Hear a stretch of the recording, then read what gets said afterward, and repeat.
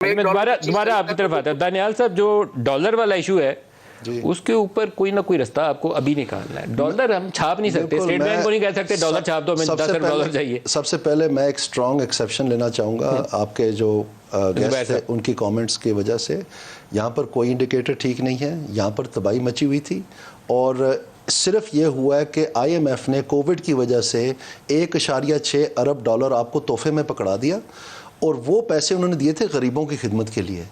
इन्होंने क्या किया, PTI की गवर्नमेंट ने, इन्होंने वो जो मदें थी, जो LOI, मैं बड़े पर्टिकुलर टर्म्स इस्तेमाल कर रहा हूँ, मैं ब्लफ नहीं करता हूँ, जो LOI IMF के साथ साइन हुआ है उसमें गवर्नमेंट ने एग्री किया था कि इन मदों में हम ये खर्चे करेंगे। लेटर ऑफ इंटेंट जो दस्तखत किया इन्होंने, जी बिल्कुल। और उसके बाद इन्होंने क्या किया कि वो जो गरीबों की तमाम मदें थी उनको नील रखा। 665 अरब जो है उस पैसे में से बचाया और वो स्टेट बैंक को पकड़ाया कि सेठों को आधे दामों 5% फिक्स 10 साल के लिए पकड़ा दे, जबकि 7% पे बेशतर वो बुक भी हो चुके थे।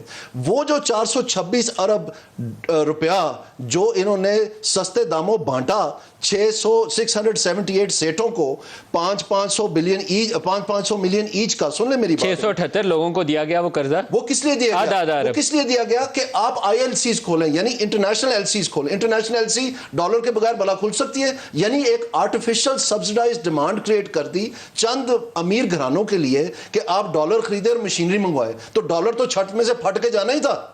ये स्टोरी नहीं बताएंगे आपको ये साहब। असल में क्या हुआ है कि ये चीजें, ये पॉलिसीज हैं इमरान खान की जिन्होंने दीदा दानिस्ता पाकिस्तान का पटाखा निकाल दिया है पाकिस्तान की इकोनॉमी का। और अब कह देना कि ये सब कुछ ठीक है, ये ठीक नहीं है। और ये फिक्टिशियस है कि एक्सपोर्ट्स बढ़ी हैं, एक्सपोर्ट्स की टनेज नहीं बढ़ी, एक्सपोर्ट की प्राइसेस मार्केट में बढ़ गई हैं, इससे ये नजर आ रहा है। ये जस्टिफाई करें कि हमें जो मुफ्त पैसा बांटा गया वो उसकी हमने रिजल्ट दे दिया, कतई तौर पे नहीं दिया इन्होंने। अभी पूछ लेते हैं जुबैर साहब से। जुबैर साहब, वैल्यूज में कितना इजाफा है और इन टर्म्स ऑफ टनेज कितना इजाफा है? आप तो खुद टेक्सटाइल सेक्टर में, आप बेहतर बता सकते हैं। टनेज को छोड़ दें, अगर आप ये जो भी साहब है मुझे नहीं पता, लेकिन ये इंटायरली रॉन्ग पिक्चर। दानियाल अजीज साहब है PMLN से। सर, दानियाल अजीज साहब को मैं याद दिलाना चाहता हूं, मुझे वो जानते भी हैं। देखें, आपकी डॉलर टर्म्स के अंदर एक्सपोर्ट बढ़ी है, अगर टनेज के अंदर बढ़ती तो आपका ये इम्पैक्ट नहीं आता। जो 26% इंक्रीज है वो डॉलर टर्म्स में है, इसका मतलब टनेज भले कम भी हुए हों, हमको डॉलर से मतलब है, वो डॉलर से बढ़ता है तो मतलब बढ़ा।